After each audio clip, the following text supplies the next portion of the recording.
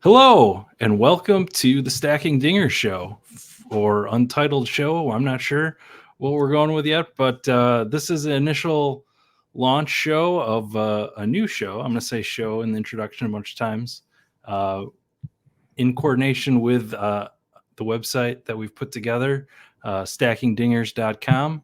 Tonight, it is me, Matthew, aka Sheep, aka Dark Sheep, and Brendan, aka Too Much Tuma. Brendan, how's it going?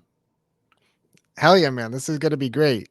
We started stacking dingers the end of the summer, I think it was. Me, you, Chris, who is at B3isball on Twitter. We got the Badge Bros helping out. Since then, newbies come on board full time at Underdog. So I would say the people who are bringing you any sort of stacking dingers content are some of the most experienced players with Underdog, MLB Best Ball, which is just kind of feels like it's a little bit on the rise right now, which is cool to see.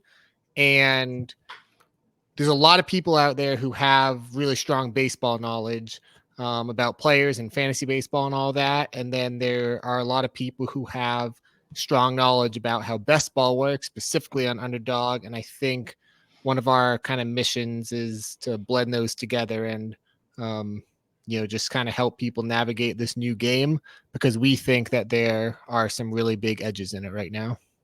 Absolutely. And this show is going to be kind of a work in progress as we go. We might do some pre recorded stuff like this one, we might do some live shows, but the whole idea is to get a regular weekly show with anchored by, the six of us involved. It'll be a different rotating cast depending on who's available during the week, and get some guests on here as we go.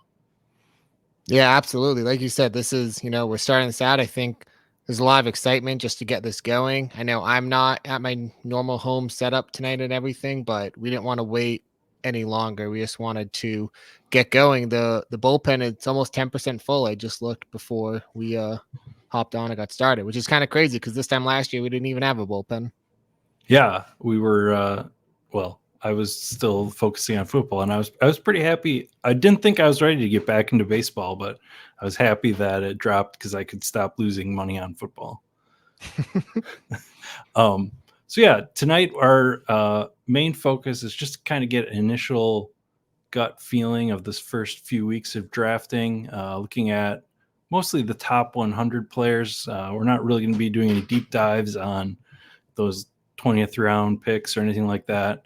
Talk through some of the first round stuff, talk through some of the people that have some buzz on them going into the season. I don't know if we'll see how we go. We might not hit pitchers. We might talk mostly hitters for the buzzy names, with the plan of doing a more in-depth pitcher show in the future. But to start us off here, I'm going to throw up the ADP. So the first thing that sticks out is outfield. So I don't know if you want to speak a little bit on, kind of the history of the outfield position as we've seen it on the first couple of years of the contest first.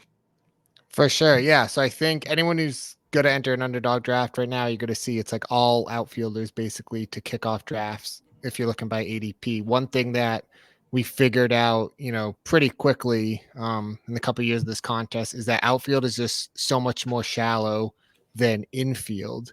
And that presents, kind of a problem when you're drafting. And one of the ways that, the market is basically showing us how they're reacting to it is they're saying in round one, we want an outfielder. Now, if you look at something like a place like the NFBC, which is kind of 5x5 roto season long fantasy, a lot of the best players in that format are outfielders as well. So some of these guys, Acuna, Judge, Soto, Tatis, you're not necessarily reaching or anything in round one, but someone like Freddie Freeman does get pushed down a little bit in this format. We'll talk through that in a sec, but I think, this kind of presents a question of, is this right? Do we want to take an outfield if you have one of these top 8, 9, 10 picks, whatever it is? I do see Strider flipped over Yordan. I think Yeah. that's new today. Yeah, that is new today. I'm just noticing that now also. Um, the other thing that I think is interesting there is that Tucker flipped Yordan. He started out behind. I'm kind of surprised by that. I mean, if you look at the actual ADP number, that's kind of a mix. That first up through Corbin Carroll is sort of set in terms of those guys are going there, and then it starts to diversify from there. Um, the other name that stands out to me is Mookie Betts here. As a longtime Mookie Betts drafter in this underdog format, uh, I'm much used to getting him down in this range. I feel like we're basically, as is the case usually in the first round, we're paying for last year's production. Yeah, and so when it comes to like who you want to take maybe with your top pick, and what we're kind of looking at when we see Acuna is pretty clearly the first pick, and that's going to be the case in 5x5 as well this offseason. Uh it's one of those things we're going to be talking through this a lot about if you're a volume drafter, if you're doing a lot of drafts, if you want to diversify, if you want to mix some things up, go in different directions. The thing I'd say about Acuna at 101 though is it's going to be rare-ish to get the first pick in any draft that you hop into. And if you don't take Acuna, it's not like he's going to be falling to you at third or fourth overall. So anytime you do get the first pick, you kind of do just you are forced to take him there. And the same might be true even of Judge and Soto. If you look at those ADP numbers, like you said, it doesn't seem like those guys are dropping much, because people just want to make sure they have a little bit of exposure to them. Yeah, and we saw the same thing going from 2 seasons ago until last season. We saw Judge pretty firm at the first pick after his massive season. So he had an insane advance rate to get into the playoffs. Judge did 2 seasons ago, and obviously had some issues last year with his health, and now we saw Acuna, just have this monster season, and now he's firmly in the first. The thing I'd say with most or all of these guys is that they all have 1.1 return value. Mm-hmm. So like you said, if you're doing volume, you're going to take most of the time. You're going to take who you get. I'm personally more of a person that likes to go heavier and lighter on certain guys. And this year I have Tatis kind of pushed up at like 2 or 3. I'll take him with the theory being that a healthy full off season for him now can put him into maybe not the 40-70 Acuna season we saw last year, but 30-50. I don't know how much he's going to run now, but I don't know. I just see him with that potential. Yeah, it's funny. I wonder if Acuna didn't have the season that he did last year, what Tatis's outlook would be, or the perception of him would be entering this year, because it does kind of feel like there's a similar blueprint of Acuna came back in 2022 and it was clear that he wasn't fully right. And then it just took one off season and he was as good as he's ever been. He was better than he's ever been this past year, where Tatis, he did come back this year. He didn't hit, his 100th percentile outcome in terms of just instantly being as good as he was. And so the theory is that, yeah, maybe he needed the 1 year just like Acuna did. And I was curious, at one point this summer, are we going to get Tatis discount, entering 2024? And that doesn't appear to be the case. Like, this feels like where he should be going. Definitely, would want to make sure I have some exposure to him, enough, at least in the first round. Yeah. He's just someone I'm a little bit heavier on, but in my 13 drafts, it's mostly just gone to where I've drafted. The other quick question I have for you is if you think we should have more worry than we should on Ohtani. We don't really know how a hitter, like completely ignoring the future and his pitching development and return from that. We don't really have a great comp for his a hitter with a second elbow surgery. Yeah, that's super fair. And there's still a lot we don't know because he himself isn't talking to the media at all, to the point where he's, basically made it clear if teams that he's meeting with leak any details about it, like he's going to hold that against them in terms of signing. So there's so much we don't know about Ohtani. We're kind of assuming he's going to be back opening day, if not then within a couple weeks. But that just kind of takes me back to my philosophy of drafting at this time of year, where I'm a little bit, what's the way to phrase this? I'm less committed to player takes right now than I will be in March. And I would be using my time, if I am someone who's, doing several drafts this time of year and plan to keep that going throughout the off season, that I'm just kind of wanting to manage exposures enough to the point where it's not March 12th. And then I'm like, oh crap, I have 2% Ohtani. And then for whatever reason, you just don't end up getting a chance to get enough of him to be even with the field. So that's kind of the way I'm playing it. And I think something that you and I are going to be, and all the other guys when they join are going to be talking about a lot is some of that terminology even.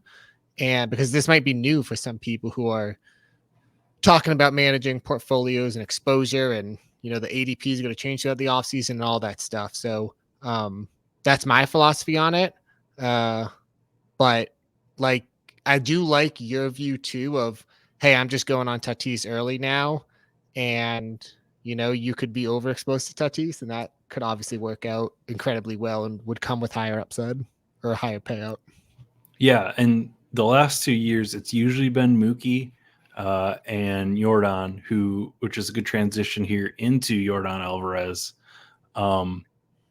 Like on a per plate appearance, like if you look at him at a per plate appearance value, he could easily be, or he should easily be number 2 or number 3. Yeah, so that was something that I did, and I think something a lot of people are going to do right now when hopping into drafts is they're going to download the Steamer projections from Fangraphs. They're going to use Underdog scoring formula, and they're going to have that spit out a season-long number based on that value. And that's a really smart thing to do because Underdog scoring is not that intuitive when you're getting different points for doubles and triples and stolen bases and all that sort of stuff. So it's really important because that can help you understand which type of players are more valuable in this format versus something like 5x5. But if everyone else is doing that, you kind of want other ways to start thinking about things, because if the best fantasy players in the world are doing that, everyone's just going to be drafting off that way. So what I then did is I took that number that Steamer spit out for me, and I divided it by the amount of plate appearances that Steamer was projecting. And that kind of gave me this point per plate appearance, which can help filter through someone who Steamer thinks is going to miss time due to injury. Steamer thinks is a young player who isn't guaranteed as much time as others. And to be clear, plate appearances are really important, so you shouldn't just look at point per PA. But it did jump out to me how Yordan is number 2, and he has missed some time, a little bit here and there. It also feels like we haven't had that God mode Yordan season that is very much in play. Like you said, all these guys have 101 potential come year's end. So he definitely jumps out because he's not going 4th overall. He's going, what is he here? The 10th player off the board, the 11th Yeah, player now. He's yeah, straight yeah. ahead of It's him. it's kind of a even. He's a little bit behind Tucker and Strider in ADP, but for the most part, he is that 10th guy. Um, um, the when you sit through a draft and you're looking at the first round, basically what from my experience so far in the, like I said, just finished my 13th one today, is that you'll see Strider go anywhere in this group of outfielders, usually not before 5, You might get a rogue person throwing Strider even earlier. And then you might see a Matt Olson or a Freddie Freeman get thrown in before these outfielders. But most of the time, it is those outfielders before another position goes. That's the other thing I wanted to add before we kind of just start working our way down a little bit ADP is that, and again, this is one of those, quote unquote, next level things that if you're very new to Underdog, I would say is not something to worry about too much right now, but just kind of game theory wise, I don't like that. If we put aside the outfield thing for a sec, there's no reason that Freddie Freeman should be going as late as he is. And there's a scenario where, let's say, two of the top three players by end of year end up being Freddie Freeman and Corey Seager, two infielders. If you every single time in your drafts take an outfielder round one, you're never going to get that Freeman Seager combo, right? So that's just my way of saying if you are a big volume drafter and one time you get the fifth pick and you've been getting the fifth pick a lot and you have a lot of, that Mookie, Carroll, J-Rod, that kind of range, don't be afraid to mix it up and take, Freeman or Olson or whoever your favorite infielder is and just try to, get a little bit of a unique combo that way. Yeah, and so that kind of leads into then that position. If you're pick 1 through 10, you're basically going to have the option of an outfielder. But if you're pick 11 or 12, because the drafts for someone coming into this is it's 12-person draft or 12-team drafts. So if you get that 11th or 12th position, you really have to start making some decisions right away. Because if you scroll down here, this outfield group, Kyle Schwarber, Adolis Garcia, 23, Mike Trout, Randy Arozarena is down here at 28. Basically, the overall quality to me does dip. So you really have to think once you get if you get 11 or 12, how you're going to handle the rest of the draft. You can get some really nice combinations of infielders. You could get an Olson, Freeman, or the one I've been going with was like Freeman, Bryce Harper, a couple of times. And like you mentioned, Corey Seager, Bobby Witt, if you're into him. Yeah, you can put two of these guys together, and then you basically have to say, I'll figure out outfield later. Because if you think about the whole draft, if you're at 11 and 12, you're going to be waiting quite a while till you get your next pick. Yeah, it is a tough spot. I'm going to be honest. Like that's something that I remember last year in drafts, kind of grappling with. And you can just say like, hey, I'm just going to fade outfield for a little bit. But as we'll get to, I mean, it's one of those things that's that's really tougher to do. It's not like a tight end position in football where you just need one of them. You need at least three every single week. And it just dries up so quick. And even the people who took an outfielder round one aren't going to feel if they, really know what they're doing and have experience with this format, they're not going to feel satisfied. They're still going to be reaching for outfield. So it's a really tough spot to be. And that's definitely going to be a talking point, I think, throughout the offseason. Yeah. And so that's where I really don't want to throw an infielder in here. Like you were talking about into this outfield group, just because based on volume. I don't see this situation changing, this outfield at first situation, this ADP. I don't see it changing, the next however many months we're going to have to draft before the season. So for me as a volume drafter, I'm sort of going to more rely on just when I get the 11th and 12th pick. But definitely if you want to work them in earlier, there's, like you said, they have the point upside. Yeah, you're right. If you do have pick 11 right now, you can still get Freeman Seager. I guess the quote unquote unique combo then would start getting into play in like round 3, 4, that sort of thing. But yeah, no, again, that's something definitely like to think through. I think my point is just like overall with when you're doing so many of these drafts, just getting that, unique combo mixing up. I think I'm really scarred from 2 years ago where it was so clear. It was like we're doing the outfield early thing. And then Paul Goldschmidt was sitting there as like a fourth round infielder. This was his MVP year. And there was no macro decision for why you should take him.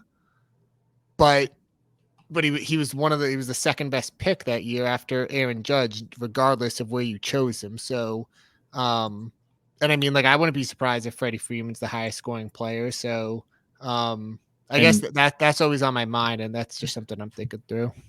with where Corey Seager was going last year, based off of his Same previous thing, year's yeah. down year, obviously he missed some time, so he didn't get the total of points that we're talking about that Goldschmidt really did way down on the board. But had Corey Seager had a full season last year or this previous season, he would have been up there in that Freddie Matt Olson range, and he was going a lot later than them last season. So that's another example. Obviously, it didn't occur exactly the same because he had missed some time, but that's another example of an infielder that was going in those later rounds that didn't really make a lot of sense to take based on meta construction and forcing outfielders early. Yeah. For sure. So I think the next thing we kind of wanted to cover is when you or anyone when you start scrolling down a little bit more in ADP, when we get past that, Harper, Corey Seager, and then we kind of get met with, Schwarber, J Ram, Adolis, Austin Riley, these guys, and even the next, 12 plus names beyond that. Like, what kind of jumps out to you that you're seeing as, whoa, like this is how the market's kind of playing this right now? So the big one in this next group, for outfielders, I guess there's two names that stick out for different reasons. I'm totally fine with forcing Schwarber at this point. We've talked through the outfield thing. He is just an accumulator with a ton of. He's not going to give you that 1.1 score, but he's going to anchor your outfield and score in spikes and chunks. So I'm fine with him, but for me, the one that really stands out is Adolis Garcia. Man, I think it's what's the word? It's I don't want to be wrong again in fading Adolis Garcia, but his price is even higher now than it has been last year. And I mean, I don't know if you want to talk a little bit about the profile of Garcia in general and why he might stand out here as, he's sort of like an anti-analytics type of data pick in a lot of ways. Yeah, I totally agree with you. I've been wrong on him 3 straight years. I was late on him when he was breaking out in 2021. I said no thanks in 2022. I said no thanks in 2023. The price, and he built up so much goodwill this postseason, especially where even your average MLB fan was like, "Oh yeah, I love Adolis Garcia." Like, who wouldn't, sort of thing. Oh yeah, I still love him. I just don't want to pick him at pick 21. Yeah, I'm like, if he was, he could be going, a round or two later, and I would still be looking at that as risky. I think the interesting thing about you were talking about his profile, so he has improved, as a hitter every year. Like it's so funny. In 2021, he had a 96 WRC plus. Like, he was 4% worse than league average, and but he's improved. He's improved his walk rate. He doesn't chase as much. The most interesting thing about his profile to me is in 2022, he was 25-25 player. He had 27 homers and he stole 25 bases. And last year, that changed. He hit 39 homers, so he hit for a ton more power, and he only stole 9 bases. which to me, especially in a year where stolen bases skyrocketed, that kind of was a signal that he's, losing a little bit of athleticism, not running as much, which I don't love. Obviously, if he hits almost 40 homers, who cares? That'll be fine. So there's micro concerns when you dive into Garcia, just his profile, like you said, but also just his placement in this, greater scheme of ADP. Just it just doesn't make sense to me. He's not even at his best, he's not the same tier as Schwarber, even a few of the outfielders after him. Okay, yeah. So that leads to my question of Mike Trout. As long as we're talking outfielders, we'll come back to these infielders here. But Mike Trout is here at 23. I've seen him fall past that. I've grabbed him a couple of times. I mean, it's not too complicated. He has upside, but he just has not been able to put together full seasons. And yeah. Oh, go ahead. Oh, sorry. You finish. Oh, and he's reaching the. Obviously, he is Mike Trout. I don't want to say that he's not Mike Trout, but he's reaching the point in his career where we don't know when the downfall is going to come. Yeah. So this kind of goes back to my idea, especially this point in the offseason, just, not being as tied necessarily to player takes. And I more so want to say, this is what the market's telling me. And then I want to react to that. Like, that's almost what I want to do in fantasy, whether I'm drafting, whether I'm talking trades with people, whether I'm playing the betting market. Like, I personally think that Mike Trout is someone I want to be in on. Like, if everything else is being equal, he's such a great hitter. I do kind of want to fade the off injured narrative, even though that, can bite you. It can lead to, like, people are fading Christian McCaffrey in football a little bit because of the injury stuff. Like, sometimes, like, guys just do learn a way to get more healthy. And, it wouldn't have worked out if you did that with Byron Buxton, the past few years. But all that being said, like, I do kind of just, like, the grand scheme of things, I want to be in on Trout. And then you look at this price and it's like, my goodness, like that, it just doesn't leave a lot of margin for error. So you always have to evaluate. You can't just come into, any form of fantasy you're playing and say, I'm in on Mike Trout no matter what. You kind of have to look at the bet you're making. And at this price, like, he can't miss time. I mean, that's true for anyone, but he, does have a little bit of heightened injury risk. And he needs to be as awesome as he was even before this year, because there was a tiny bit of downturn in his play. And he's losing the only other good hitter out of his lineup, unless we see a magic Angels push at Ohtani, which is very doubtful. But losing Ohtani does really basically zero out that lineup outside of Trout. Yeah. So I would say at this point, another thing I like to do this time of year, and it's not perfect, you can't use this as apples to apples or anything, because there's a million differences, but I do sometimes like to just pull up ADP from the NFBC. Again, it's 5x5 roto. There's relief pitchers. They care more about position scarcity there than we do here. But I did that for Adolis and Trout. So, like, we're talking at Underdog right now. Adolis is 21.4. On NFBC, he's at 42.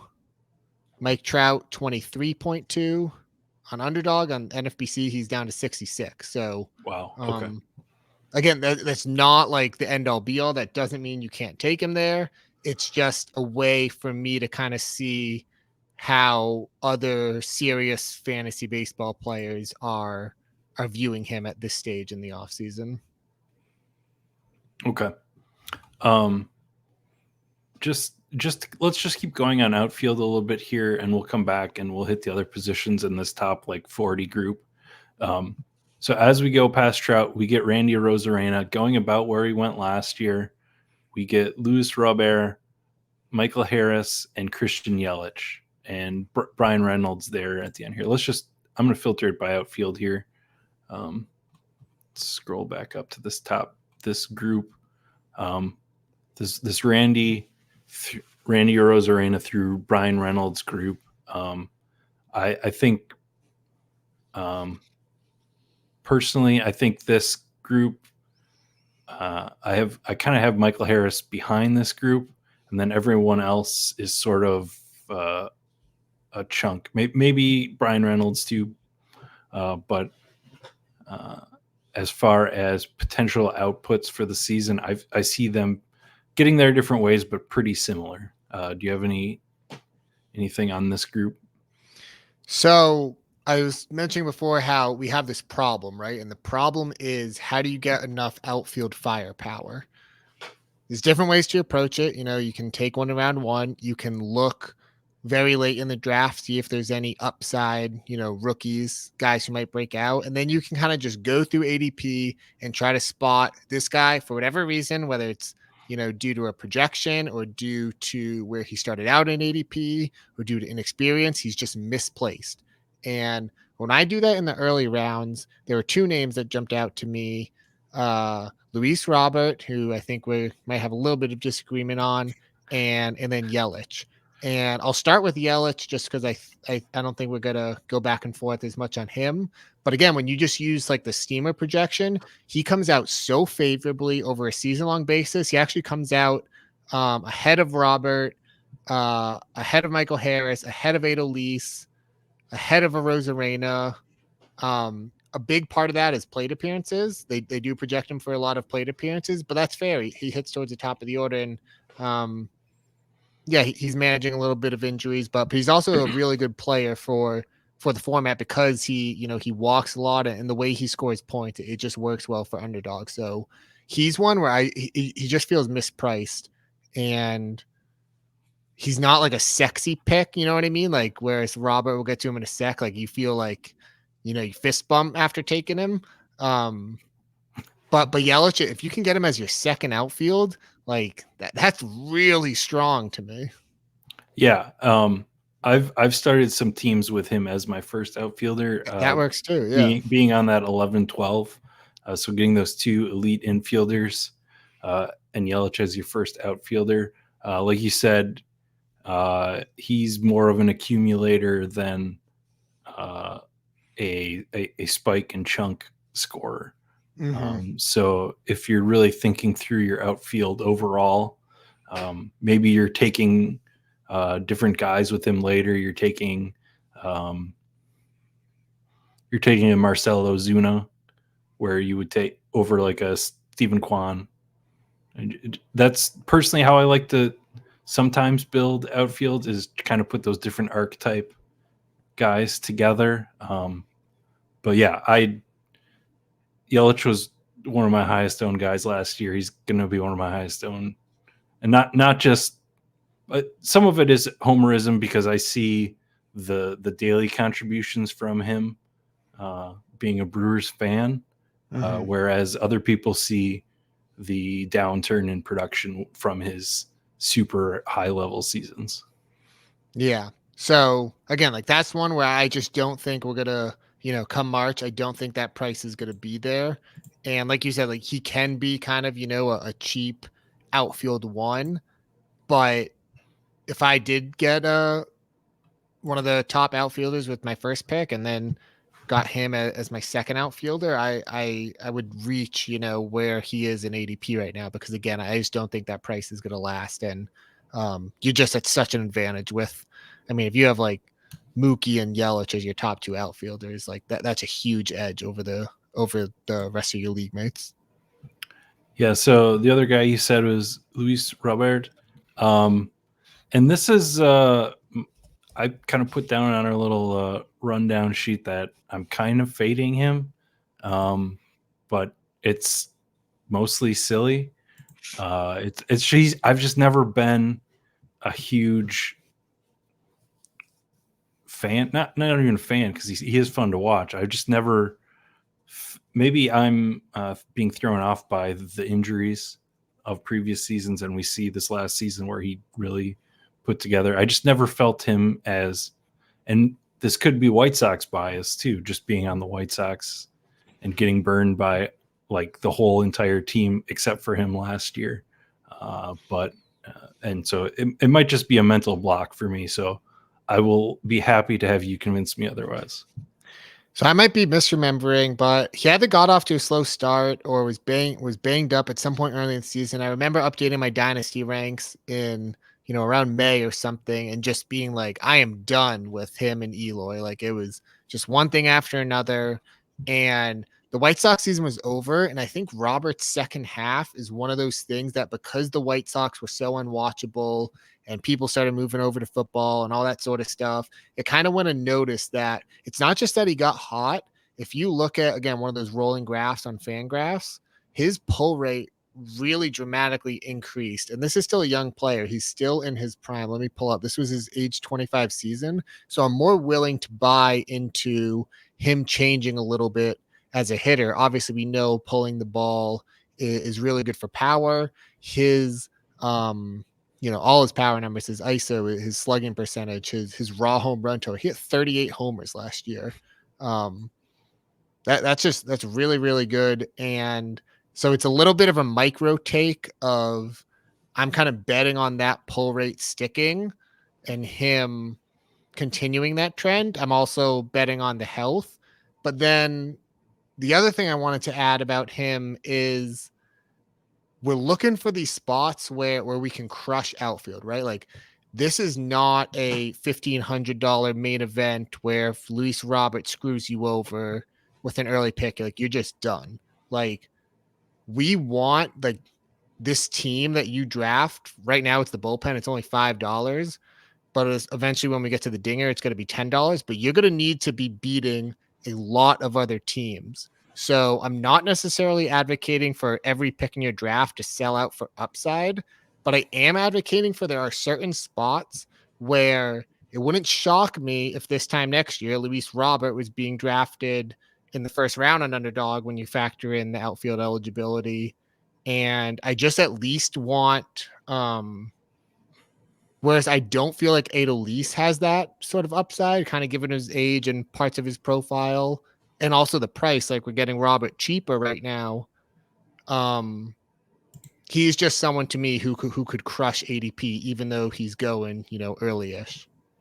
Yeah, completely fair. Completely fair. I probably need to change my stance.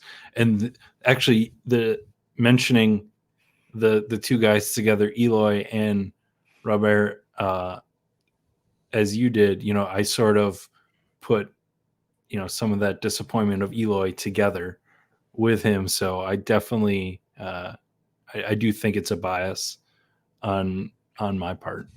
I had a big bet on the White Sox under last year. Like, I was not a fan of them going into the year. They've been easy to root against in some ways. The last thing I want to bring up about that point, kind of about that this team, you're not just trying to beat, the 11 other people you draft against. You need this team to not only advance, but then to advance against all these other teams in the playoff rounds.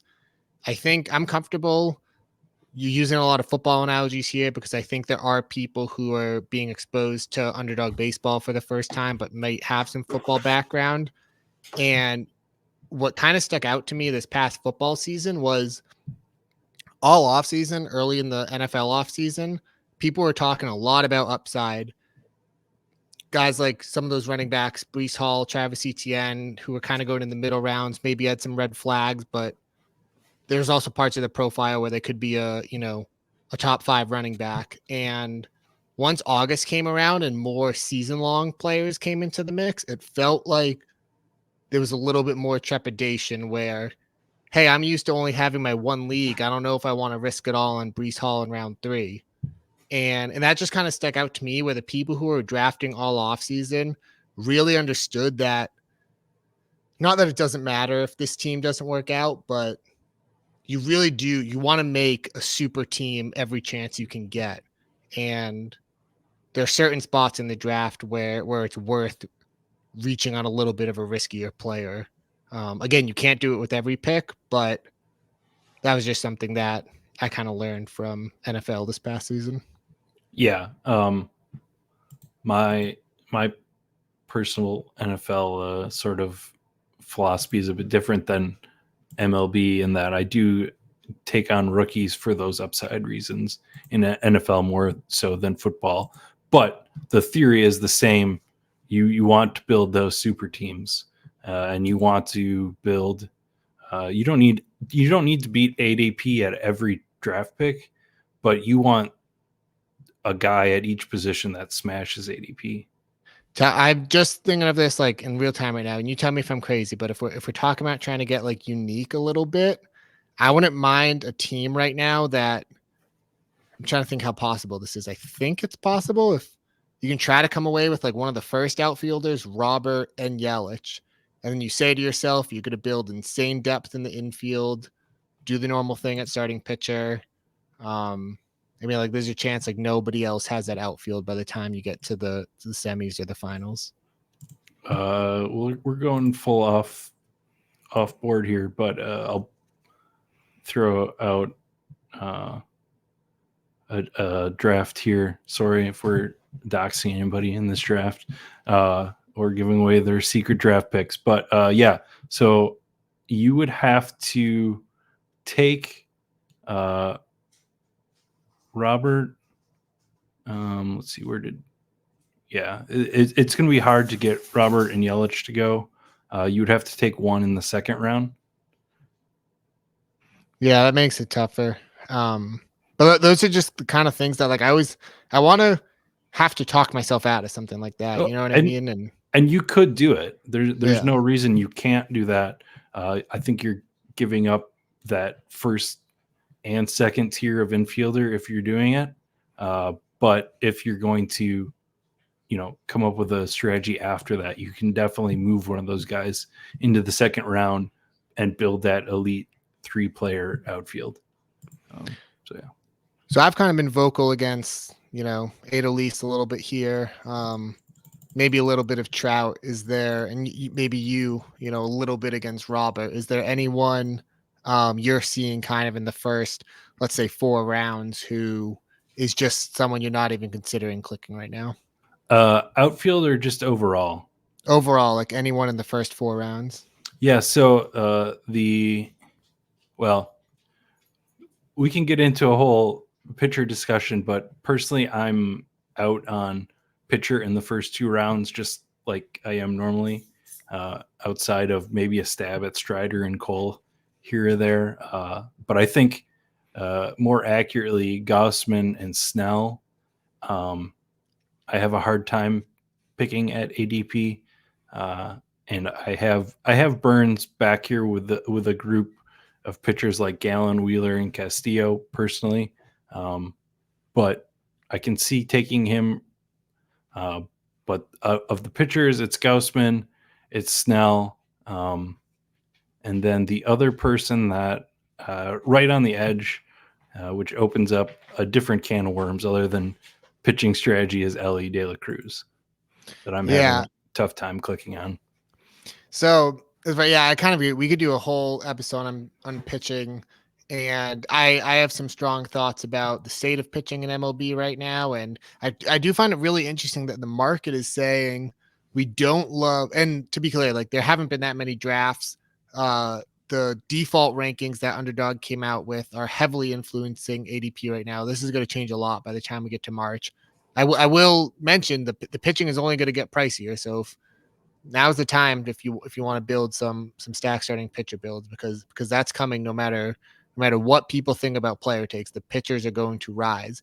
But when you look at this ADP right now, the market's like saying we're not that into starting pitchers. By the time Michael Harris goes off at 33.8, there's only 5 pitchers going, which is it's just really interesting. Like Elly's going ahead of Nola and Framber and Pablo Lopez and Glass now. I've been tweeting about where some George Kirby was going crazy late. Even still right now, guys like these upside guys like Grayson, Bobby Miller, they're going late. So anyways, again, I'm going off on the tangent that I said I wasn't going to go off on, but I do just find that interesting. And I think Elly is such a fun talking point because he fits that. I mean, it's even a more extreme example of Robert where do you want to, take a hard stance against Elly and really be underweight on him at this price? I think that's the question you have to ask yourself because I don't know which way his ADP is going to go. I kind of feel like it's going to rise though. It's hard to rise. There's not like if we expect pitching to go up and we expect Elly to go up. So for me, Elly comes down to more of a meta, like, more of a meta decision pick for me because in general, I'm skipping those first 2, even 3 rounds of pitcher. And I'm trying to get after those first 3 rounds, I have a group of pitchers that I want 2 of. Let's see, actually, let's just I didn't save my ranks here, but yeah, I have this group of pitchers starting with Corbin Burns and going down to Logan Webb. So Elly is in this area of ADP, and almost every draft, I want to leave a draft with 2 of these guys. Mm-hmm. I don't necessarily care who it is. Like, I'm not taking Snell because of his ADP's higher, and I'm not really getting Burns because of his ADP or Gaussman. But this group of guys, I see most of them are innings upside and strikeout upside for the most part. For sure. I am going to try to be very pro, pitching and not necessarily being the first person to take a pitcher, but I want to be drafting my 5th pitcher before anyone else is. That's sort of the way that I'm looking at it. So, you're telling me 2 of these guys. That makes total sense to me. And yeah, I mean the Elly ADP, it's not like it's not efficient.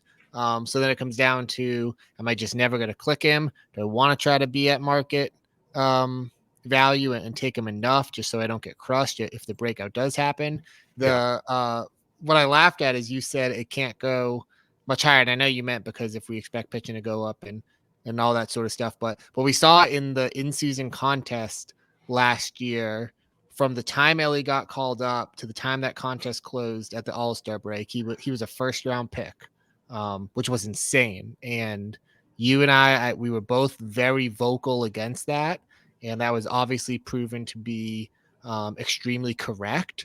So I was curious to see what he would start out with here after first few weeks. And this definitely feels, it's early, but it definitely feels more tame than the thirst there was for him, back in July. Yeah, and I mean the season or the trend of his season, which shout out you and your other Substack. You did some digging into Elly and really saw that the one of the problems that he had was swinging at balls outside the zone, and his solution was to just stop swinging overall. Mm-hmm. And yeah, we have a few other topics here we want to hit, so I don't want to get too granular into Elly, but the crazy part is, Manny Machado is going a full round after him. Like, Manny Machado is like a Hall of Fame player who's not too old yet, and Bo Bichette. yeah, and so you really look at Paul Goldschmidt there. Like, you just got to be asking yourself, are you taking the full fade against Elly or are you not? And again, like I say, at this point in the offseason, I would, if I'm doing a bunch of drafts, I'd want to, still just get a couple with him just because, but he's not necessarily someone I want to be overweight on. And I think this is another point that I really like making, which is there's so many ways to engage with baseball nowadays where it's not just 5x5 fantasy. It's not just sports cards. It's not just sports betting. It's not just best ball. There's all these different ways. And if you really are a believer in Elly, his price at the NFBC is higher, but I think it still makes more sense to take him at the NFBC at a higher price, because the impact, if he does hit, the impact of his stolen bases, he's multi-position eligible over there. That's just going to hit harder than it will on Underdog. So if you really are that big of an Elly fan, either take him in a 5x5 league or do a dynasty startup and reach on him there, because I just think the payoff there is this isn't his best format. Sure. And that's just something I think to consider as well. You can Yeah. get there's managing your exposure on Underdog, and then there's managing your exposure across all formats that you're playing. Yeah. Or maybe some Elly rookie cards are where you want to Exactly. go, because those Exactly. are probably down too. I don't know about that. But yeah, it's even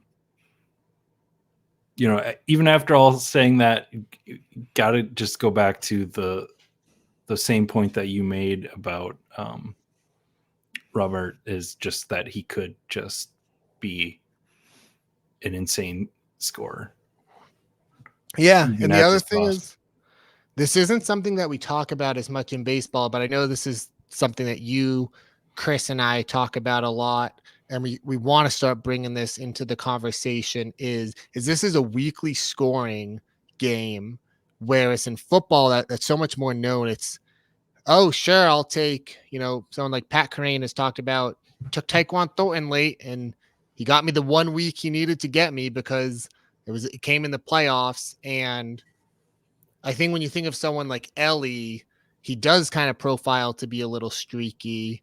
And if he has some weeks where it's 7 straight games at Great American Ballpark, he could, put up some league or some week altering scores. Yeah. Whereas he's also an infielder, so there's not as much pressure.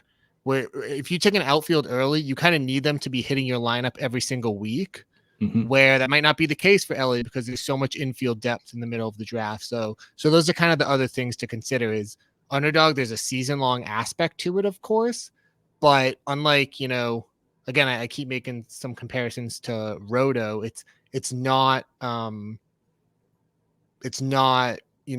just season long, to where if he's not good for the course of the season, it'll sink you.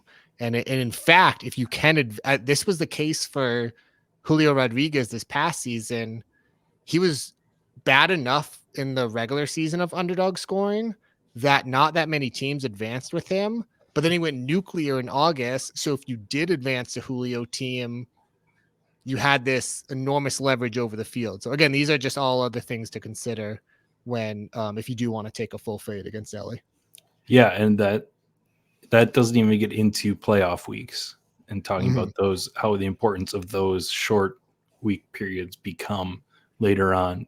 Like my my team that got to the finals partially got to the finals because of a Robbie Grossman semifinal outburst. So if Robbie Grossman can be a guy that pushes you in a playoff week to where you need to be, Elly De La Cruz certainly can too. So kind of, we're winding down here. We've been recording for roughly 50 minutes. I think one other just quick topic we wanted to cover, some of these buzzy hitter names, and we should come back and do more of a whole show on some of these guys to give them the the shine they deserve. But let's just open it up maybe to the top 100 buzzy hitters. Is there anyone that you're saying, whoa, look at this ADP, whether it's positive or negative? Yeah, so the joke answer and partially serious answer is Royce Lewis, who I've now committed to the bit of being anti Royce Lewis, even though I'm not anti Royce Lewis. He's an awesome player.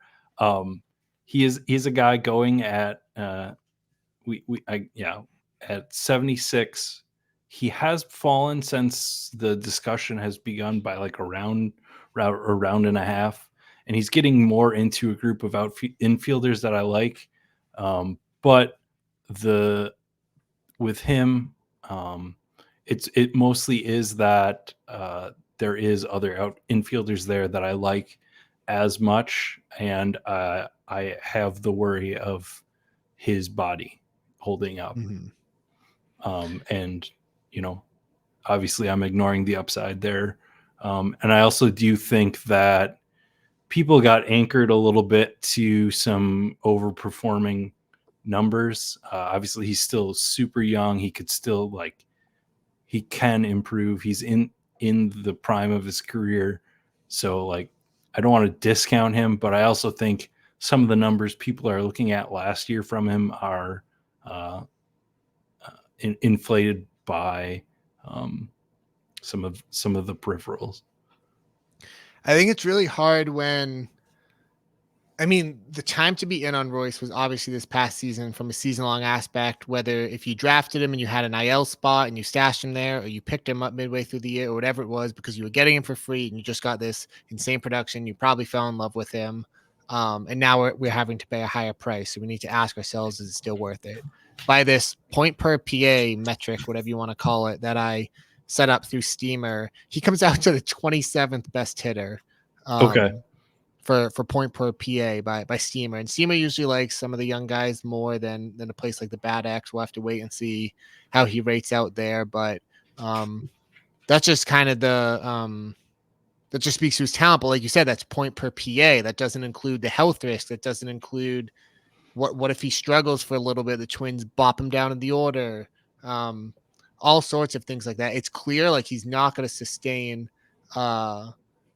the run he went on. I mean, even just like the grand slams alone got ridiculous at one point towards the end of the season. And then he's hurt and it's like, is he going to be on the playoff roster? And then he's not just on the playoff roster, but he's homering multiple times in their series. So, yeah, it's, I would say like over the course of history, betting against, the unproven young fun player that everyone wants to draft, that's going to be like a winning strategy. It's similar to the Elly discussion. It's I don't think it's makes sense to take a full fade. Like you said, the prices come down a little bit and he could still have some of those spike weeks that make it all worthwhile. But it's definitely pricey. It's definitely pricey. There's no doubt about it. Yeah. For me, I'm going to wait around and take O'Neal Cruz as my injury risk infielder instead of him. But yeah, I'm not completely out on him despite how I make it seem. I'm not going to have zero Royce Lewis, and the cost is getting better. The other name that stands out, if you look at Outfield, is Nolan Jones here, who is up to 67.6 ADP. Who I don't know if you want to talk about how you view Nolan Jones as more of a stat analyst. Yeah, I'll quickly touch on one. I'll say that it's on my short list of next Substack articles to really dive into him, get very granular, understand the shape of a season, the changes he made. There's some warning signs: BABIP, strikeout rate, that sort of stuff that I know that you've mentioned. Again, another one like Royce Lewis, who people fell in love with this guy towards the end of the season because they probably helped him win championships last year. There's the cores factor. There's the thirst for outfield factor. And again, it's pricey. It's one of those that I'm really going to need to think about. And at this point in the offseason, it sounds boring to say, but I just want to kind of be managing exposures a little bit best I can, unless there's something really clear and obvious. And he's a polarizing one where I don't want to completely miss the boat on too early. Yeah, I stumbled across, I forget who it was, but somebody posted Nolan Jones comp with Keston Hiura. I saw if you saw that tweet, which was very scary to me. And I was already scared a little bit off of the rising price. But if you take a look at those Seamer projections that you were talking about before, Nolan Jones is going where he should be going. If you compare him to the other outfielders, for the most part, that are going there, the Lane Thomas, the Cedric Mullins, the Anthony Santander, the counting stats, the stolen bases and home runs are there. And the other thing that tweet really misses out on is the fact that Nolan Jones is a good defender and Keston Hiura was positionless. Mm-hmm. Yeah, I think because when I scroll, as I'm doing right now, just looking at ADP, I'm looking at some of these outfielders. I'm like, oh, Nimmo, kind of gross in some ways. Springer, maybe that's Santander feels gross. Jazz, huge injury risk. You're going through these, and I keep waiting for this pocket where I'm like, oh, here's where I want to be hitting outfield, and you can kind of talk yourselves out of all of them at some point, but you do need to eventually make a stand and say, where am I taking these guys? And again, we stayed within the top 100 for the most part during this conversation, and maybe we'll start unearthing some more late round gems that we feel can contribute. But at a certain point, you do have to kind of make a decision, and that's where I come back to Robert and Yelich as two of my favorites, because those are guys who they're going much earlier, obviously, but they have that potential to jump a tier. And Nolan Jones, young player, he clearly did improve. Whether he overperformed is, he probably did, but how much is up for debate. But he's still someone where you can say, hey, this could be a season-long breakout candidate again next year. I'm looking at this list of guys underneath. Like, I kind of think Cedric Mullins, we've seen the best of him. Lane Thomas, that feels extremely gross. Ian Happ, solid but boring, and I get why Nolan Jones is going where he's going. Well, I will before we really wrap up here, I will push back. You said you're waiting for that guy to take. Ian Happ is my guy to take. He's probably one of my most picked players right now. I like the boring there. But obviously we've seen the best of, or I do think we have seen the best of Ian Happ. We haven't seen necessarily the best of Nolan Jones. Yeah, I just pulled up my ranks where I had for Happ, and he does project well, definitely for where he's going. Yeah, and I do think that looking down a little bit, if you want to take upside risk similar to Nolan Jones, not anywhere near the same player, but counting stats, home run, like Jorge Soler could, depending on where he goes, his price could skyrocket. Mm-hmm. So he's a guy that I'm trying to get in now as a free agent, which is a whole nother can of worms, right now, trying to get free agents before their prices change too. Yeah. The very last, I know I've said this a couple times, right? The very last thing that I feel is very valuable for people to think through. It's not something you have to do, but I do think people say, okay, I need 3 infield, 3 outfield, and a flex. So I'm going to make sure, like they kind of say my flex can be infield or outfield.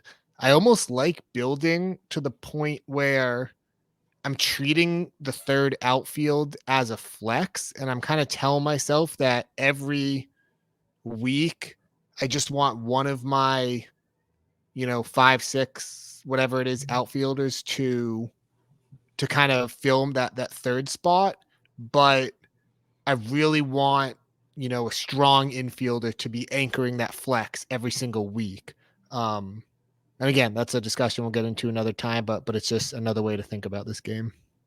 I know we got a couple more names. Do you want to talk about Matt McLean or Evan Carter at all? I think we should save some of these guys for Okay.